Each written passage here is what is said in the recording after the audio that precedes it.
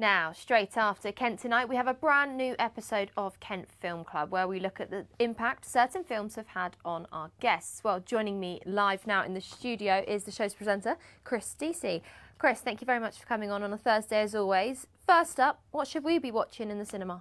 Well, do you know, at the moment there are lots of retro films. Cineworld are showing various action movies, including Predator, that started last night. So it's actually good to watch that again and sort of see, you know, what technology-wise has changed or not with all those sort of Sam Winston Alien type and Terminator type gadgets, you know, from the 1980s. But also some really fascinating films. You know, I often talk about horror on this programme, and I say, well, you know, some horror films don't sort of hit the mark, but watching Late Night with the Devil, probably one of the most extraordinary films I've watched. It's sort of like a cross between a TV satire of Network from the 1970s mixed with Rosemary's Baby and The Exorcist. It never quite knows where you're going, but you feel that eerie sense throughout.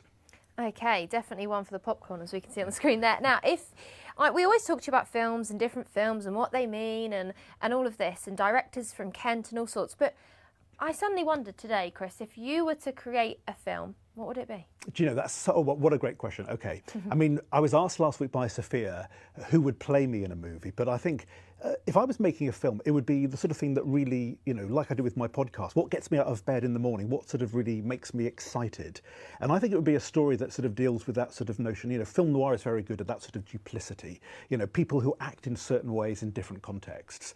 Sometimes the sort of people who enter your life, make a mark and then disappear. So I could imagine starting on a train, maybe going to a university campus, should we say, and then all sorts of things unfolding. And of course, with hindsight, you can say, who would have thought this would have happened in the way that it did? So dealing with the sort of things like, you know, Basic Instinct did a brilliant job of that in the 1990s, playing with all those sort of questions of what we think somebody, who we think somebody is, and then what happens when afterwards we suddenly realise that we've been hoodwinked. Well, you've definitely thought about it, haven't you? Yeah, I can imagine when you watched all these films, you're thinking, what would I do differently? Would you ever do something like that? Would you ever create a film?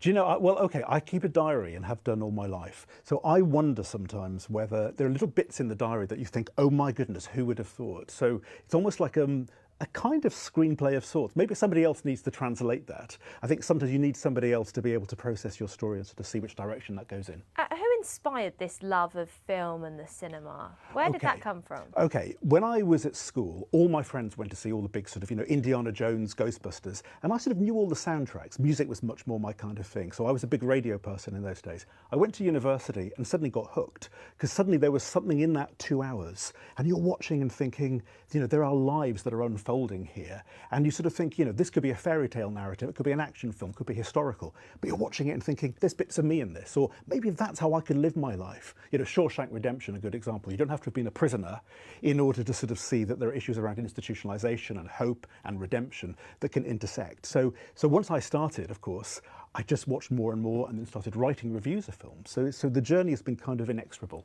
It's a bit of an escape as well, isn't it? Seeing, like, as you said, mirroring sort of your life as well, but that escape of a film for 2 hours, you don't think of much else. Very quickly, what have we got coming up on tonight's episode? So we have Duncan Woodruff, and it's going to be a great thing because he is a combat exerciser. He's somebody who deals with martial arts and fighting in movies, choreographing all of those, and 2 of his films, including The Princess Bride, are kind of like the go-to films for that kind of skill. So and he has a wonderful background in history and arts and humanities. Complete different sort of change of direction. That should be a film in itself. Yeah, I was about to say, any martial arts in your film, your life? Oh, it could be. Well, there is now.